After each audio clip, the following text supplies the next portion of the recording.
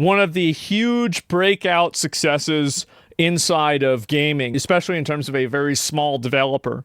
This has been massive. It's been gigantic. It's been mega. This is insane. This game has done everything wrong, but it's still winning. In the middle of the busiest release schedule of 2025, we are talking about some of the heaviest hitters in both indie and in AAA. A little game called Mega Bonk comes out of nowhere and is sold so consistently and so regularly. It has so many players that are playing it that it is now directly competing with Borderlands 4 and Ghost of Yotei. We're talking about games that have spent likely hundreds of millions of dollars just on their marketing budgets versus a game that spent literally nothing, at least from $50 from my perspective.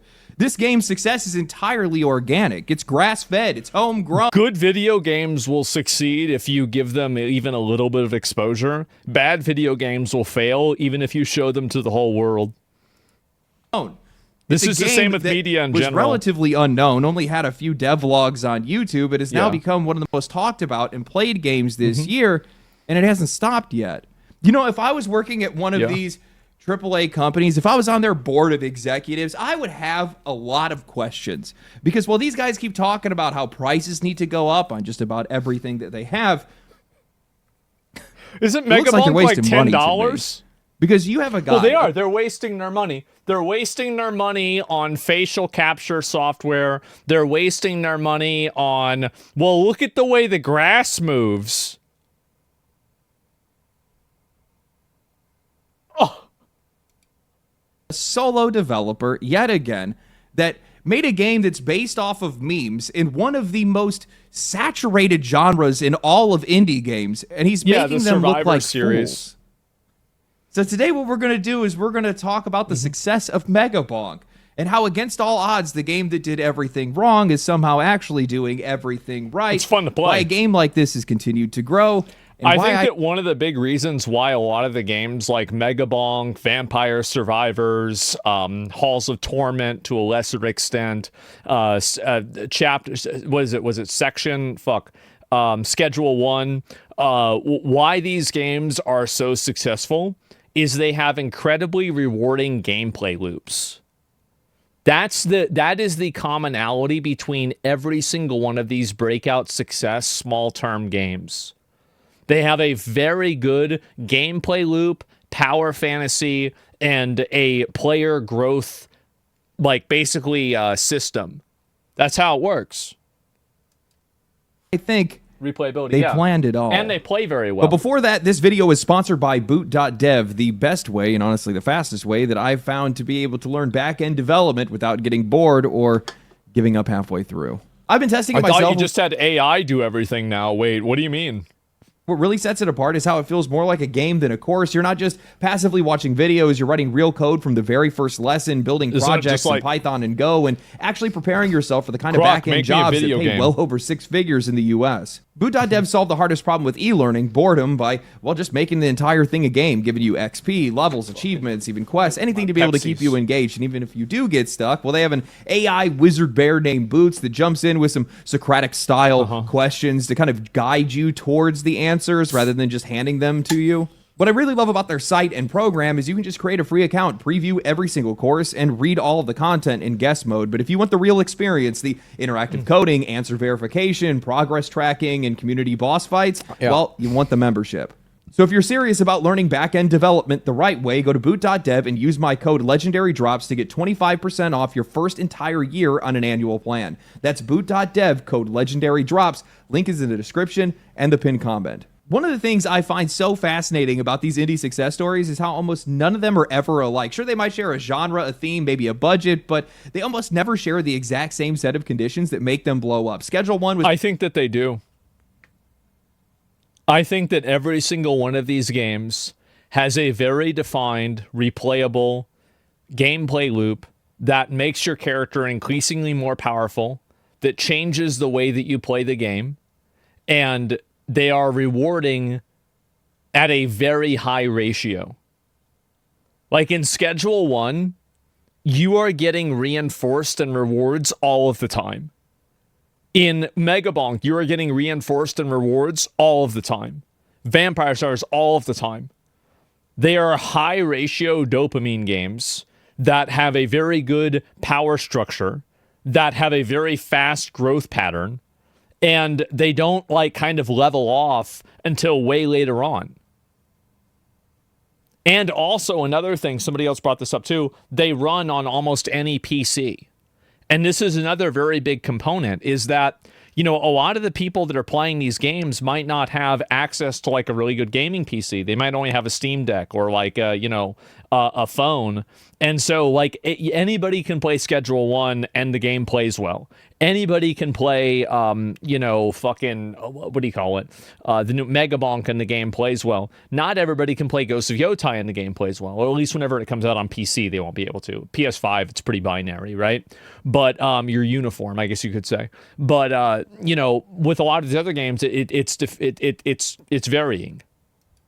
Passed around because it had its free demo, a absurdly long offering of over 80 hours of gameplay just in the demo alone. And the only reason people found it was because they started pushing it on streamers like Queso. Pal World was an incredibly fun game on its own, but it's over the top. Again, hyper fast, very repetitive, like power fantasy, gameplay loop, number go up.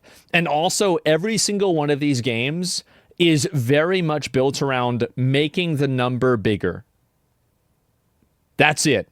You are making one number a bigger number. And its controversy with Nintendo turned what could have been an obscure indie curiosity into one of the most talked about releases in the past 5 years. Balatro, Expedition 33. Yep. We can continue to go down the list, and it's going to be the same. In almost every single one of these cases, there was some strange hook, some defining trait that helped these games to rise above the rest and make traditional marketing feel entirely pointless. These games didn't succeed. Do you see my point about how every single one of the games that he's given an example of and I've given an example of have extremely fast reward structures? They are constantly rewarding all the time at an extremely high interval. Despite the system, they succeeded outside of the system, reaching heights that some of the most expensive AAA releases in recent years can't even touch, even after spending hundreds of millions of dollars trying to buy the exact same attention.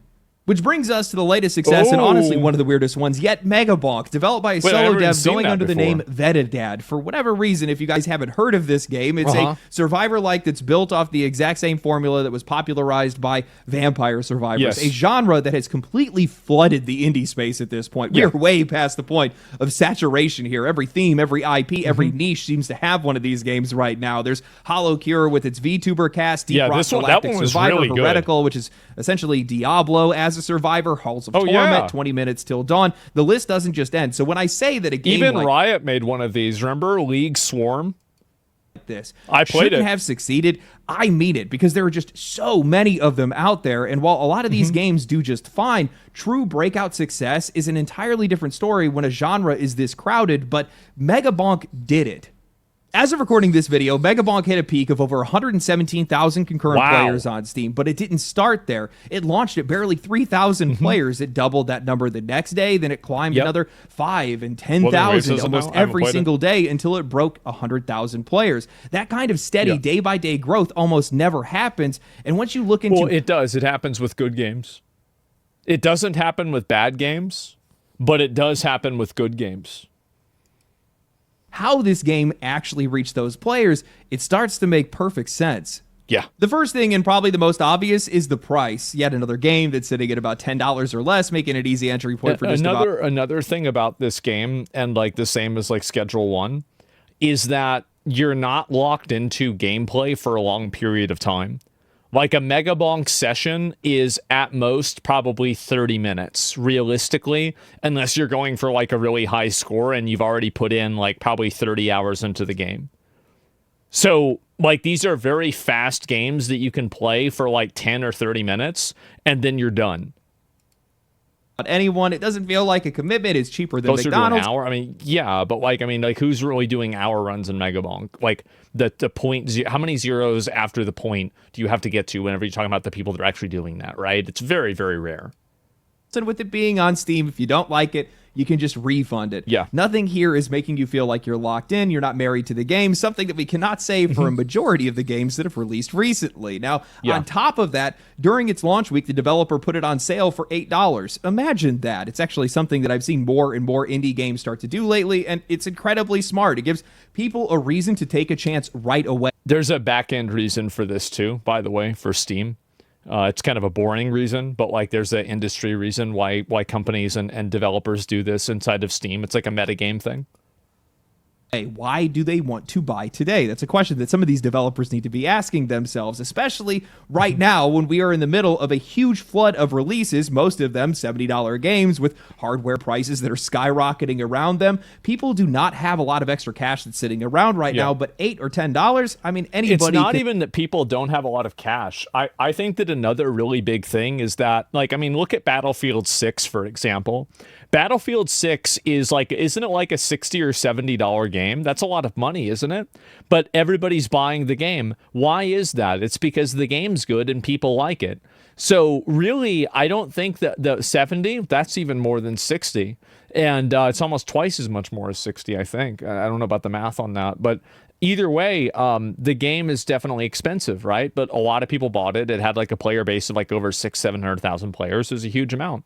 And so the point that I'm making with this is that I think that price matters, but price is not a defining factor for success unless a game is vastly outpriced inside of its genre, right? Like a Metroidvania priced at $60 is going to fail, like the Prince of Persia game did, for example. But in a general sense, I think that really it's not that people don't have any money. That's also a factor, but people will find the money, like they did with Battlefield 6, if the game is worth it.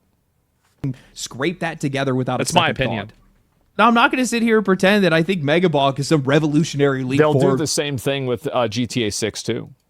For the survivor genre. I've been playing it. I've definitely been addicted to it. But what I think really sets this game apart is that it's fully 3D and it heavily leans into mechanics that have been ripped straight out of Risk of Rain 2, which I love, by the way, because it's a game that I have over 1,000 hours into. And, well, that also makes me realize just how dangerous it is for me to be playing a game like this. But movement and positioning play a massive role in the game. You got to think about how you're traversing the map and how your abilities work. The game heavily leans into meme culture with characters and items named things like Mega Chad, Burgor, and a tree boss named Bark Vader. The game is just really lighthearted, absurd, and fun. And honestly, that's what sold me on the game because there's just so many full price. It has the energy as a game like Conker's Bad Fur Day from back in the day.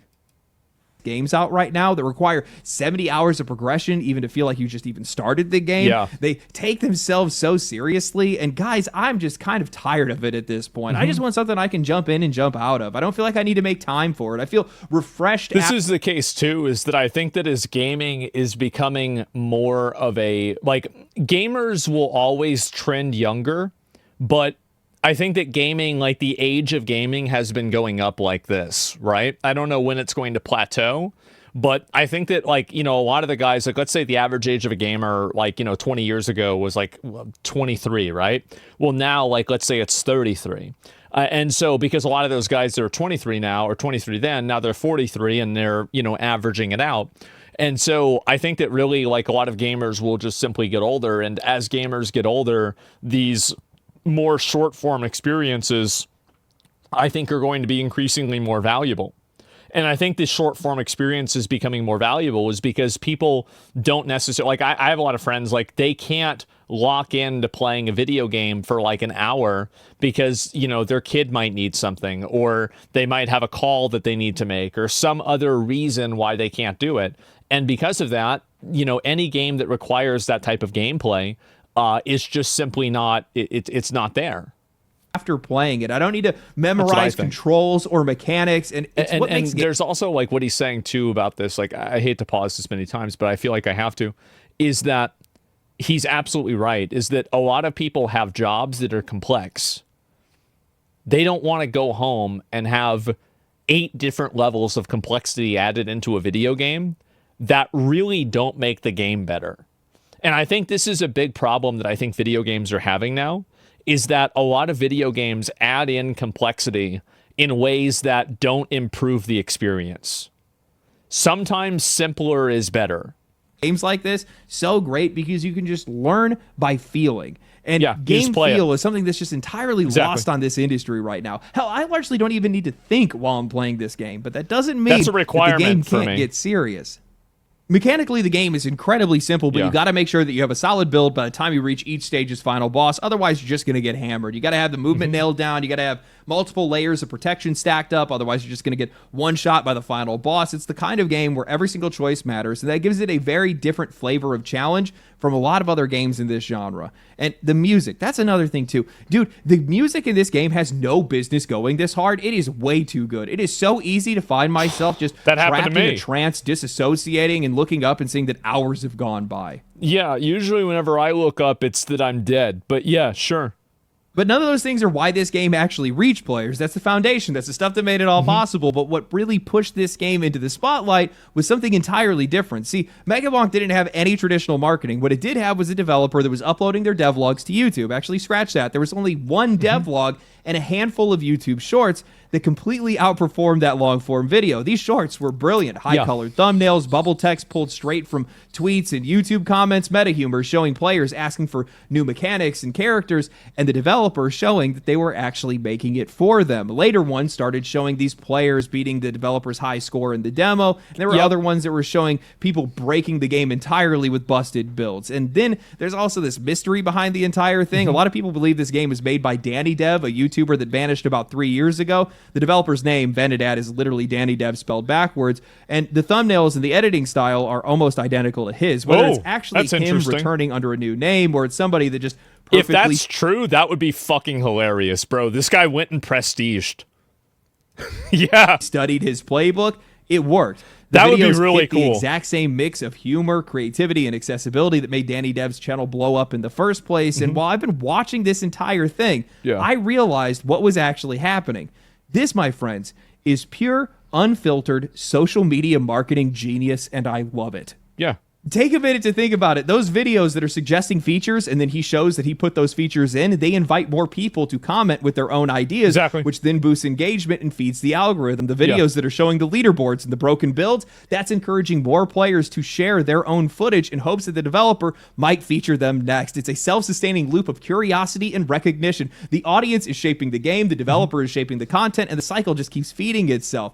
They made a game for the players, and now those players are marketing that game, which means the next step was only a matter of time. Yeah, this is very smart to do. You should always do this. Like, a lot of devs are starting to realize this, but, you know, larger studios, I think that by the time that they do it, it's going to be so fucking cringe. You're just, like, you don't even want to know what it is.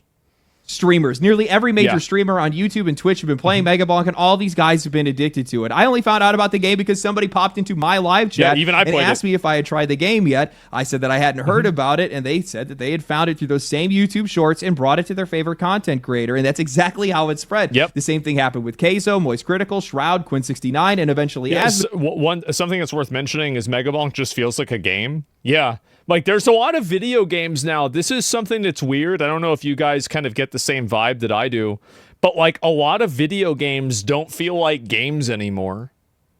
They feel like bullshit. Like, it's just bullshit. Like, oh, there's a fucking mini game to do something stupid. Or, oh, well, there's this story, like your shitty fucking story. Like, I don't want to hear about your shitty fucking story. Like, most video game stories are garbage. They're trash. They suck. I don't want to hear about it. I don't want to read it. I don't want to see a cinematic. Just take me to the next fucking boss fight. Yeah, Expedition 33, mouth-washing. I can come up with some good ones, but I can also come up with a whole lot of bad ones. They're forgettable? Yeah, they're just mediocre. What are we even doing? Gold when he came back from his break. That's me. Glad to see that guy's doing all right, by the way. Look at me. Once those streamers got into their hands, visibility hit critical mass. Each new creator that picked up the game brought in more players, and the numbers just kept climbing from there. And now this loops us all the way back to gameplay, because remember what I said earlier, it's the foundation, not the catalyst. Mega Bonk has insane replayability. Each level is broken up into 3 different areas. Those 3 areas have 3 difficulty tiers: challenges, quests, unlockable items, characters, weapons, tomes, skins, maps, secrets. It's stacked with a ton of different content. Combine that with how fun the game is and how mechanically satisfying it is. I think also giving people like a checklist of things to do. The reason why the checklists work in some games and not other games is that they feel good to accomplish. And like, I don't know, like this is going to be like a very, very narrow World of Warcraft example. But in World of Warcraft, there used to be like achievements for every raid where it was like in Ulduar, for example, okay, well, you have to kill, there's like a big guy and a little guy, and the big guy is really hard, and there's the little guy that's easier. And so, like, there's an achievement where it's like you have to kill the little guy first and the big guy second, because, you know, usually you'd do it the opposite way, right? Like, just theoretically. I'm thinking of, like, you know, like the 3 Iron Council guys, right? And so, like, there were all these, like, different achievements that were for playing the boss and doing the boss differently. And achievements in the game in general were always something that was unique, right? Where it was like, okay, well, you know, go and fight this boss with, like, this, you know, restriction or something like that. But then as time went on, achievements became more like do 2,000 pet battles, do 10,000 daily quests. And achievements became just like these weird, just like very, very long form, like tally boards for like how much of my life have I been wasting. And that was one of the reasons why I kind of like lost interest with like farming and doing a lot of achievements, because they just became effectively participation rewards. They were no longer interesting. There was no longer like a strategy that you would have other than how can I just repeat the same activity over and over. And I think that a lot of video games, like they basically, they create content by just adding a 0 next to whatever your goal is, right? So instead of getting one of these things, you have to get 10 of them. Instead of getting 10 of them, you have to get 100. You're playing a gacha game. Instead of getting 100, now you've got to get 1,000. And that doesn't really improve the game. It doesn't really make the game any better. Just because you make something take longer to get doesn't make it feel any better or worse. Like a great example of this is like in Metaphor Refantasio. So you can fight a dragon like right after you beat like one of the earliest like kind of challenging bosses, right? And you can choose to fight this dragon or not. And if you kill the dragon, you immediately get a weapon that turns your attacks into fire damage, and it's a very, very good sword. It'll be a good sword for a long period of time in the game. And you don't need to like farm for this. You don't need to like spend a lot of time doing this. You just have to beat the dragon and get the item. And I think that there's a lot of people that, you know, like a lot of the Mega Bonk rewards, for example, like each of the different goals that you have to have, they're not ridiculous goals. They're just like, okay, kill 1,500 mobs or 15,000 mobs, which in this game is super fast. So they're not these like super hyper long form achievements and goals that just waste your time arbitrarily. And I think that's one of the big issues that developers have, is that they see players like checklists, and so they add checklists, but they don't understand like the psychology behind it. They only understand the thing itself. To play, and now you have something that's hooking in players for weeks. It's like a great example is that, have you ever played a video game and you loot like a little knickknack and it says 1 of 574? And you're like,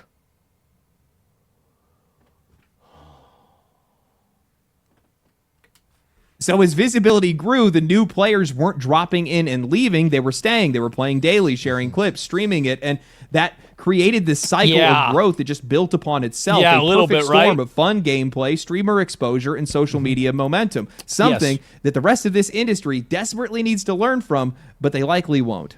Out of the huge slate of AAA games and just games in general that we've seen release over the past couple of months, I have played Borderlands 4, Hades 2, and Silksong. And after playing Borderlands 4, I felt like I needed to take a week-long break before I even tried to dip a toe into playing Dying Light 2. And while there are AAA games that I like, right now I'm in the mode of I've seen it, I've been there, I've done that. I've heard this story before, and there is just so much time commitment and so much time between when I can actually get to the content, the heart of the actual experience, that it just makes me go, no, I'm just really not that into it. I want a digestible game. And Megabonk, that's a digestible game.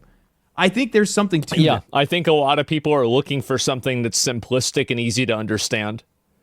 Oh, and like really, you go back and you look at a lot of the old arcade video games, they're very simple and easy to understand. Like, you know, fucking any of them are simple. I think it's not that there's too much or too little content with some of these games. I think it's the speed and the frequency in which you can actually reach the content and how quickly you can actually enjoy it. Exactly. That's how you keep people playing your games. That's how you keep people talking about your games. You know, this entire first week that I've seen of Ghost of Yotei being up and around, a lot of people are just sharing how pretty the game is. And while you can definitely sell copies based on how pretty something is, especially in the case of Ghost of Yotei, who cares? A lot of people are waiting on the content. And the longer it takes to get to the content, the less interested people are going to be in the game. The less it's going to be a part of the discussion. And that's exactly how you lose momentum. Yeah, that's the main thing, is that, like, really, I mean, the way the game looks is nice, but it doesn't really make a big difference. I don't think it would really matter. The marketing for this game is just genius. That's all it is. This developer knew exactly what they were doing. The minute they saw those YouTube shorts take off, they abandoned the long form videos. They focused directly on that. They answered player feedback directly. They implemented their changes into the game. So when the players finally got their hands on the game, they got exactly what they had asked for. And people love to talk about getting exactly what they want. That's like 90% of social media today. It's people that are complaining talking about not getting exactly what they want, or being mad that they aren't getting what they want. If you tap into that, you're going to find success. He's very right about this. I think that's the best part of it, because when a game pops off like this, the players aren't just playing it. They're sharing it. They're clipping it. Exactly. Yeah. If you have a game, like, for example, like, there's been a number of games I've told my friends, they're like, what game should I play? Like, right now, like, what would I recommend? Expedition 33. If you haven't played that one, you should play that one. That's the game. And if you want a cheap game, something like Megabonk. That's it. Talking about it because it's theirs. They own it. That's not marketing. That is just organic momentum. That is Digimon, interest, real interest, and that's something that you just can't buy, and that's something that Power AAA was another one. Keeps trying to do. Marvel Rivals. One of the things that I think really helps sell these recent indie successes is the genuine desire to be a part of something that is real. Players want to be in on it early. They want to be the first ones to find out about the next hit surprise before anybody else does. Well, they also, like, it feels good to play a game that everybody on the internet is excited about, and there's, like, enthusiasm around the game. I think that's another really big component. People like being part of that kind of community. And form around that, and there's something patently authentic about that experience, almost nostalgic, like the days of midnight launches or meeting friends in line while you're waiting for a game that you're all excited about. It's the same feeling of shared discovery, of genuine excitement, and it's something that you cannot manufacture, though many of publishers are trying to do so right now. Something that is not necessarily new but feels more blatant than ever is how inauthentic the excitement around certain games have become. Take the upcoming Call of Duty Black Ops 7. The hype behind this game feels entirely forced. It's awful. And the reason why, like, another good example is, like, Blue Protocol. Like, they paid so many streamers to play this game. It's not gonna matter, guys. You should have fixed the game. That's what you should have done. Like, you can't manufacture excitement like this. It just doesn't work.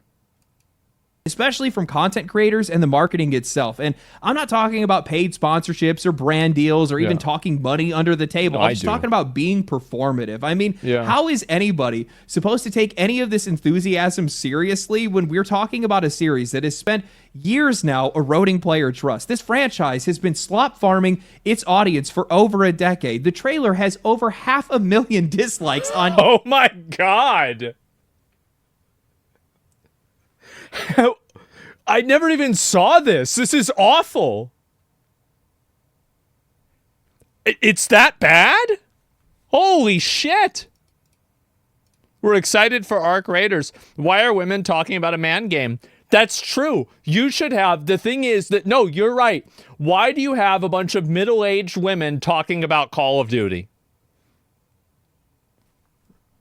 What are we doing? What are you, retarded? What the fuck? This is like having me talk about Animal Crossing. Nobody wants to see that. The fuck out of here. YouTube. Yet we have content creators and Activision that are both trying to desperately convince everybody that this is somehow the best Call of Duty ever. Everywhere I look right now, I'm seeing videos and posts that are trying to convince players that Battlefield 6 won't last, that Call of Duty deserves another chance, that this one will finally be different, guys. Oh, man. That sure reminds me of something. These guys need a hotline is what they need. But what we're seeing here is fear. It's a collision of circumstances where longtime creators who have built their platforms around this series need it to be able to stay relevant, while Activision is genuinely threatened by real competition. Black Ops 6 is at its lowest player count. This is also one thing that I think is true. It's always really funny for me to see this about like content creators for certain games that are so afraid of their game dying, they'll lie to their audience about it being good. Like, I think WoW streamers have this for sure. Because, like, a lot of these WoW content creators are just the most boring, like, just voids of charisma that you could ever imagine. Like, nobody would want to watch them play anything else. And that's why, you know, if they have, like, let's say 300 viewers playing WoW, they'll play something else and they'll go down to, like, 23. And so it's because they're boring. They're boring people with no personality, and they're not interesting other than the fact that they play a video game kind of well. And so a lot of them, like, this is their job. They're not going to pretend like their job is falling apart and, you know, this or anything like that. For example, I mean, I don't need to come up with examples. I think that you'd be better off coming up with exceptions. That'd be easier to do. For a decade, reports are saying that Microsoft lost $300 million putting the game on Game Pass. Both sides of this are trying to cling to the exact same sinking ship, each one pretending like it's still sailing. By the way, that's stupid. It's stupid if you look at it inside of that spectrum.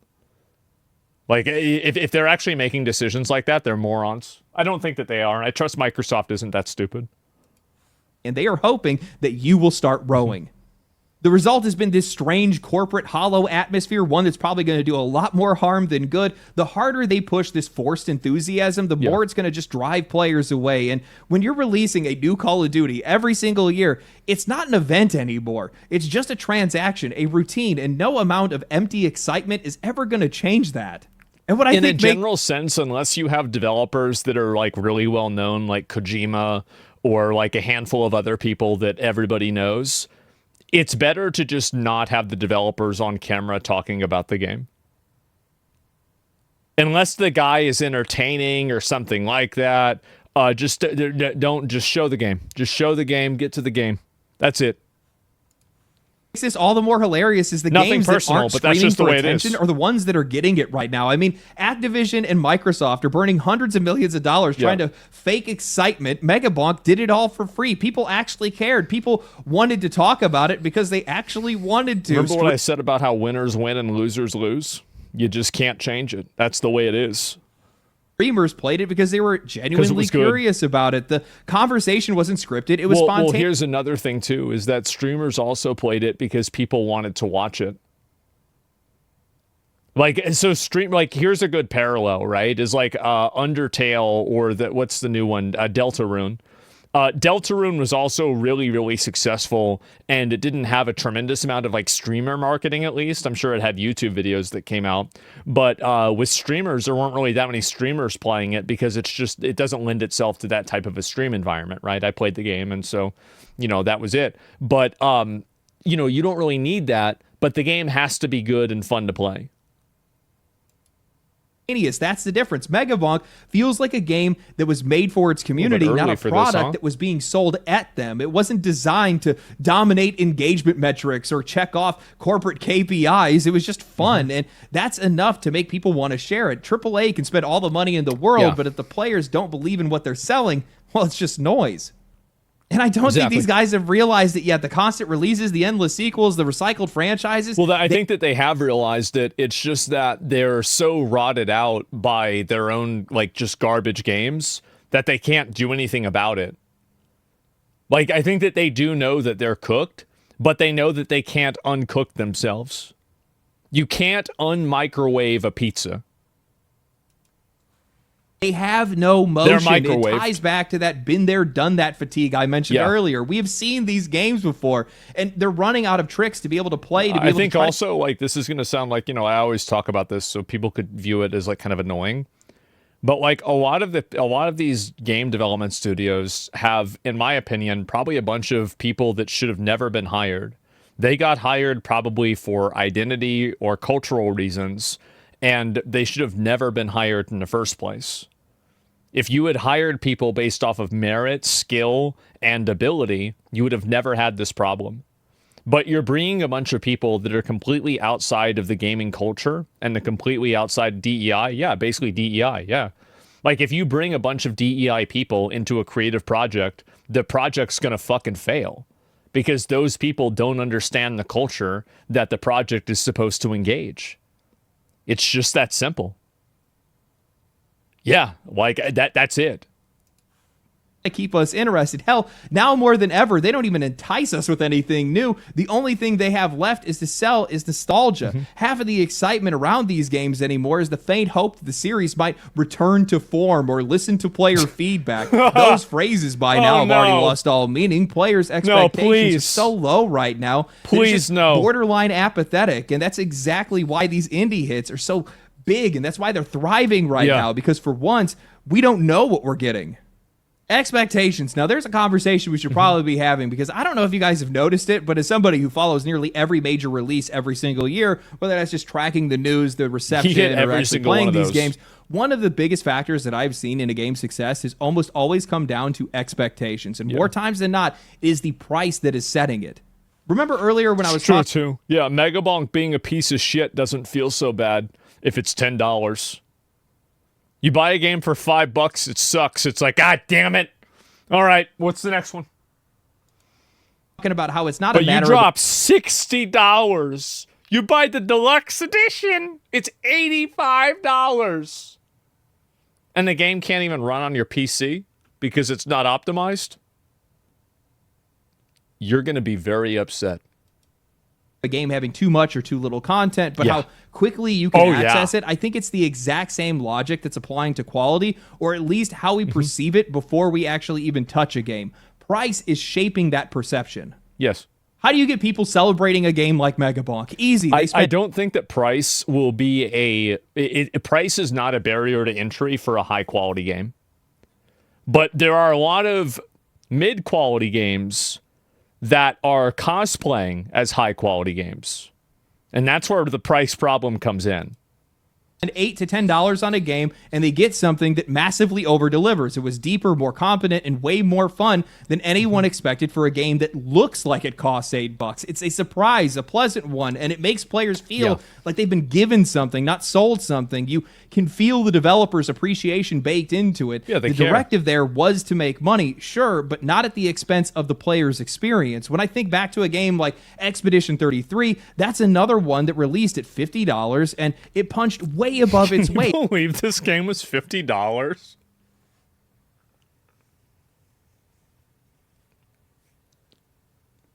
Like, I'm sorry, but like after this game came out, I really think this game has done irreparable damage to the AAA gaming industry.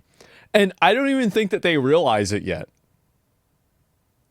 I don't think they even have any idea how much damage it's done to the gaming industry. I don't really care about the vernacular here, indie, AA. Expedition 33 was a AAA experience, or at least what we should actually be expecting for AAA games to actually be like. No, it wasn't. Like, this game made AAA games look like they're like indie games. It really, it was insane to me. It's like, I felt the same way playing like Elden Ring and playing like 2 or 3 other games where it was just like, this game was just so far and away better than anything else that it just made everything else look like garbage. Like, you go back, like, after you play a game like this and you go and you watch, like, Ghosts of Yotai, it just looks like garbage. I'm sorry. It does. It's just garbage. Something mind-blowing, something you remember, something you want to come back to over and over again. And when you play a game like that, it feels like you've been gifted something by the developer. That $50 investment doesn't just feel worth it. It feels like you stole the damn game. And I think that games like that come from a mindset where the price isn't even on the developer's radar. That focus is just on the experience, and that sincerity then transfers directly into the player. Hell, they just announced that they're going to have a new free DLC celebrating selling 5 million copies with entirely new dungeons, bosses, enemies, and costumes. Again, money was never the priority. The customer and their experience were. Well, it matters a lot because they're going to make another game too. And when the new game comes out, let's say the new game has performance issues when it comes out. Let's say that happens. Are people going to mauled out and freak out and get super angry? No. No, they won't. The same as they didn't whenever Final Fantasy Endwalker had problems. Because the trust has been built with the developer. That's the big difference. Now we turn our eyes to AAA. Yeah, exactly. $70 sets an insanely high bar that most of these companies will never reach. And honestly, regardless of the economy, I don't even think games should cost that much to begin with. That price tag creates a cycle of impossible... It's just that's it, right? I mean, if Expedition 33 can be created with $50 and sold at $50, that's it. I don't ever want to hear about how the game has to be expensive again. Nope. That's the end of it. Nope. Not for another 5 or 10 years. No excuse. Yep, it's over. Expectations. Nope. You sell me a good $70 game one year, now you got to do it again the next year. Only bigger, flashier, and somehow better. The problem is most of these studios are completely out of ideas. They've lost the talent that actually helped them earn that first $70, so now they have to compensate with graphics, higher fidelity, bigger worlds, higher budgets, all to make the game look like it was worth my money when it clearly isn't. You know what? At this point, I would argue that $70 price tag has actually flipped our expectations. Nobody believes in it anymore. Our expectations for a $70... The more expensive a game is, the worse it's going to be. I like that. Game aren't sky high. They're buried in the dirt. We know exactly what we're buying. A game that has put a premium on its expense, not on our experience. We expect something safe, something recycled, something loaded with microtransactions and pre-order bonuses. We expect it to be rushed, buggy, unfinished, because cutting QA saves them money, and the players will end up doing that job anyway. Worse, on top of that, well, and then they do the job, but it never even gets changed. Going to be the ones that are going to be paying for the fixes later. A really interesting discussion that I saw recently were players that were talking about the Game Pass price hikes and how they were totaling up all of their expenses so far as how many games they actually played and how many games they actually purchased in a year. And they came to the conclusion that the service wasn't worth it for them anymore. $5 here, $10 there. They're mostly buying indie games anymore. $360. That's not what they're spending every year on video games. And when I see that and I hear people talking about that, it makes me think that more and more people are being drawn in by the price of some of these games rather than anything else. And it's a lower barrier to entry. That's why games like Wuthering Waves, Genshin Impact, a lot of these free-to-play games, even Blue Protocol, right? I mean, Blue Protocol, I think it's going to be a flop-a-rooski, but, if you look at it in the short term, it's still right here. Take a look at this. It's still performing relatively well. It almost hit 100,000 players, right? That's really, really good. That's insanely good. And so, really, and why is that? It's because the shit's free. And so, how do people feel about the game? Sucks dick. Doesn't matter. People play it because it's free. They try it out. Here is weebs are desperate. That price tag is inviting them in, but the game itself is exceeding far beyond their expectations. And I would actually argue that even if you go and you watch some of the reviews for some of these games, or even go watch a streamer play some of these games, they're still going to deliver an experience that you don't expect. For me, with Megabonk, it was how the game actually feels to play, the mechanical depth of how it feels to play. It's learning how momentum works and sliding around. Yeah, and how I don't even be do able that. To position yourself and position Just your character properly, to be able to use your weapons effectively, balancing your tomes and weapons and what kind of build that you're going to use, what kind of character you're going to use, like using banana and trying to maintain a straight line to maximize its damage. The double hit, That's not the kind of mechanical depth that I had expected from a game like this, but I got it, and it made me more hooked on it. Well, I think that good video games are a lot like good movies and other types of good art, is that inside of a great game, there will be multiple layers of high quality gameplay, and people will discover quality within the game that was serendipitous. It was accidental, but beneficial at the same time. I think a really great example of this is Super Smash Bros. Melee. Think about all the new ways people have invented and found to play that game that were not necessarily intended. Super Mario 64 is kind of another example. But in the same way that good games are an onion that just gets tastier, bad games are like a piece of shit that just gets even more disgusting. And so whenever you're playing a bad game like Assassin's Creed Shadows or, you know, something else that's just garbage, the more that you play the game, the more that you'll realize that the game is terrible. And that's it. Melee's still fire. Yes, and I really think that's what happens with these games. Is that what was the analogy? No, it's like a shit onion. It's a shit onion.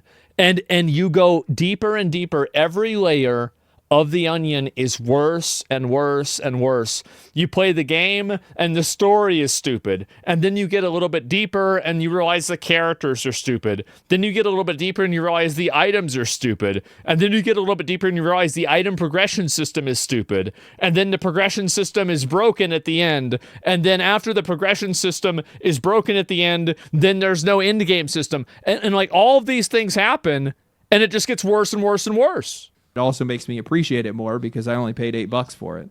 Yep. That's what's driving a lot of these games to wild success. And you just don't see that in AAA games anymore because we know what to expect from them. And these companies need us to know what to expect from them because that's why they're called a safe option for these guys. Of course. Oh, it's a third-person sword guy action game. Oh, it's I'll Dark play that Souls. one. It's literally It's literally Dark Souls. That's it. And while I like Dark Souls, I still want something new. I still want something fresh. I still want something different. And I still want you to try to exceed my expectations. Yes. And if you don't, you're going to have a bad time.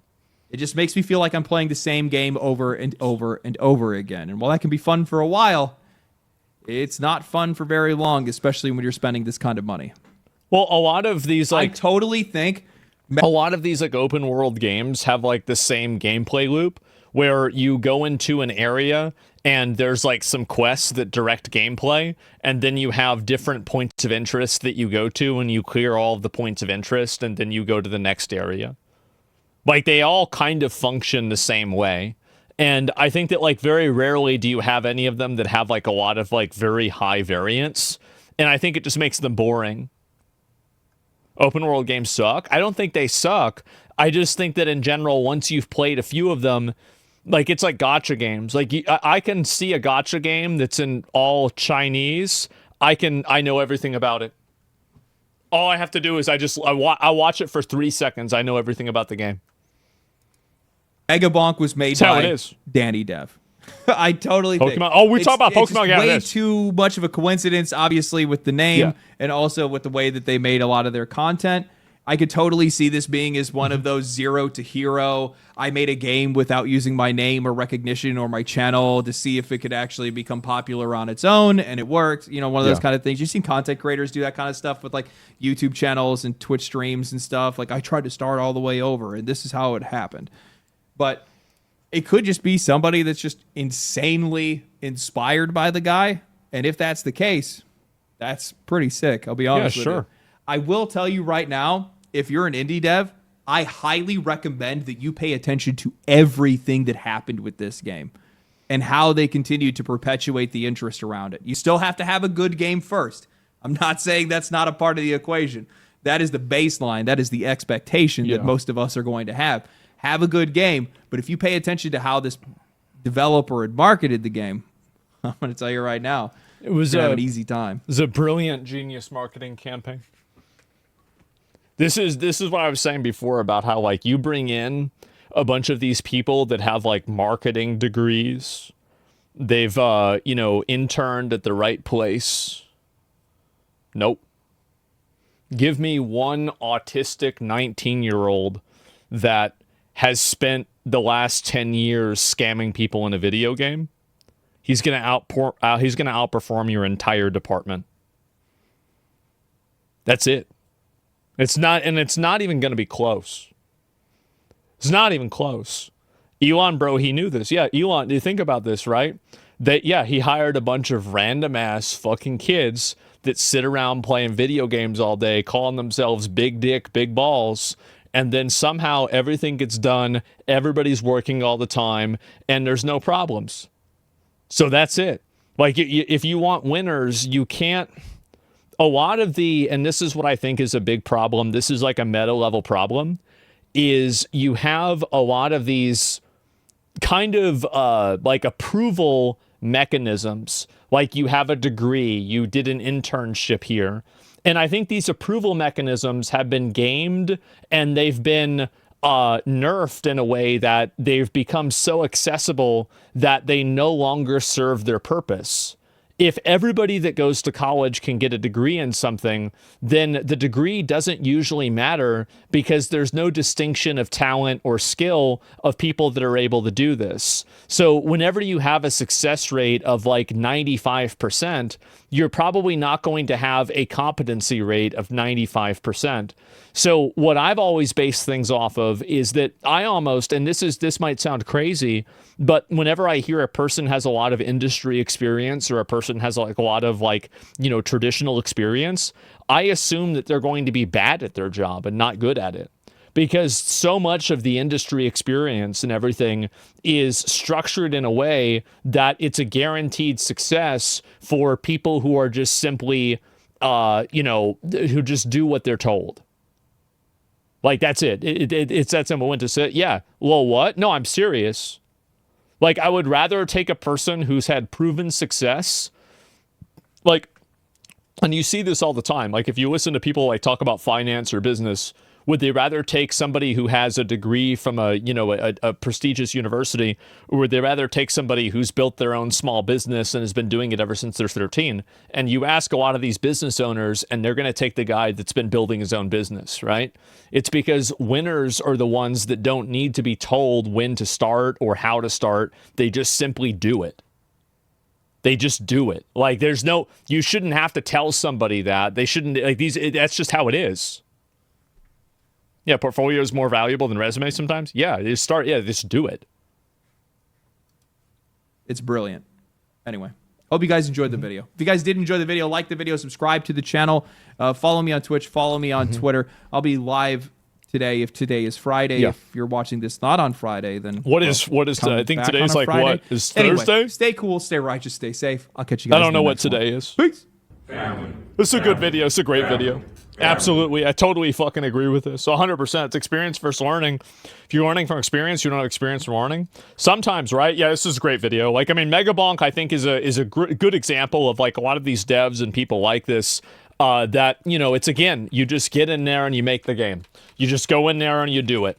All of these barriers and gatekeepers and everything like that, do you want to know why they really exist? They exist for the people that are already in the industry to allow themselves to be the kingmakers of the industry. You don't need to do any of that. You don't need to do any of this shit. It's completely made up by people that are stupid. And if you're smart, if you're talented, if you know what you're doing, you will succeed. It doesn't matter if you follow the pre-approved rule set. It doesn't matter if you do the right things or you have the right opinions. None of this shit matters. Winners win and losers lose. That is a principle that I have with everything. And if I give somebody a task that's a winner, they will succeed at the task. If I give somebody a task that's a loser, they will fail at the task. It doesn't matter what the task is. Now, there might be a spectrum, obviously, of this, but the way that people approach things that are winners is totally different than losers. And that's it. Inspired Software's message, or things went sideways for them. Well, I think it's very true in general. There's the video. Give it a like. I think it's completely agree. Except for medical training. Yeah, I mean, I think there's some degrees of like, you know, obviously like there are certain technical levels of training. Like I remember there was a guy that said that, you know, like he had like, you know, a degree in computer science or something like that. And he went to like one of these like hacker conventions. And he came out of it realizing that he wasted the last 4 years of his life. Because the guys that were there knew, with, you know, like they were like level 55 and he was level 15. And yeah, he just had no fucking idea what he was doing, right? He's not even, It's not even close, right? Pretty much. Yeah, exactly. And that's it. And so like it, and that's the difference between people that like really succeed in certain fields. Oh, Legendary drops in chat. There we go. We'll see a wild swing back to better leadership as a result of these indie pop-offs, new blood coming in. Yeah, exactly. Yeah, I think so too. Absolutely. And it's the more that, and this is the reason why having a free market is so important, is because a free market prevents, nepotistic rot. It prevents other types of rot where it's just like gatekeeping rot, where it's like, okay, well, because this person and this is your friend, you're going to now be the next person that's popular or something like that. That's just simply not successful. That does not create the highest quality product. Tests don't generally test your ability in the actual profession, ironically enough. As I said, if you're good at something like with streaming or anything like that, like all these like videos like oh, how to get started streaming, like, oh, get this webcam or get this. Shut the no, you don't need that. You don't need a good mic. You just need to be entertaining. Like fucking look at Tyler One. Like it's bullshit, right? Now maybe this might help you a little bit, but at the end of the day, it's really not going to matter. This is like, again, adding graphics to a video game. It might make a good stream better, but it's not going to make a bad stream good. That's it. Look at Jinxie. Yeah, it's bullshit. It's all made up bullshit by self-important people that want to act like they know what they're talking about. No, they don't. No, of course they don't. Yeah, it's sprinkles on a cupcake. Exactly. Yeah, sprinkles on a cupcake might make it look nice, but you're really not going to be buying a cupcake because of the sprinkles.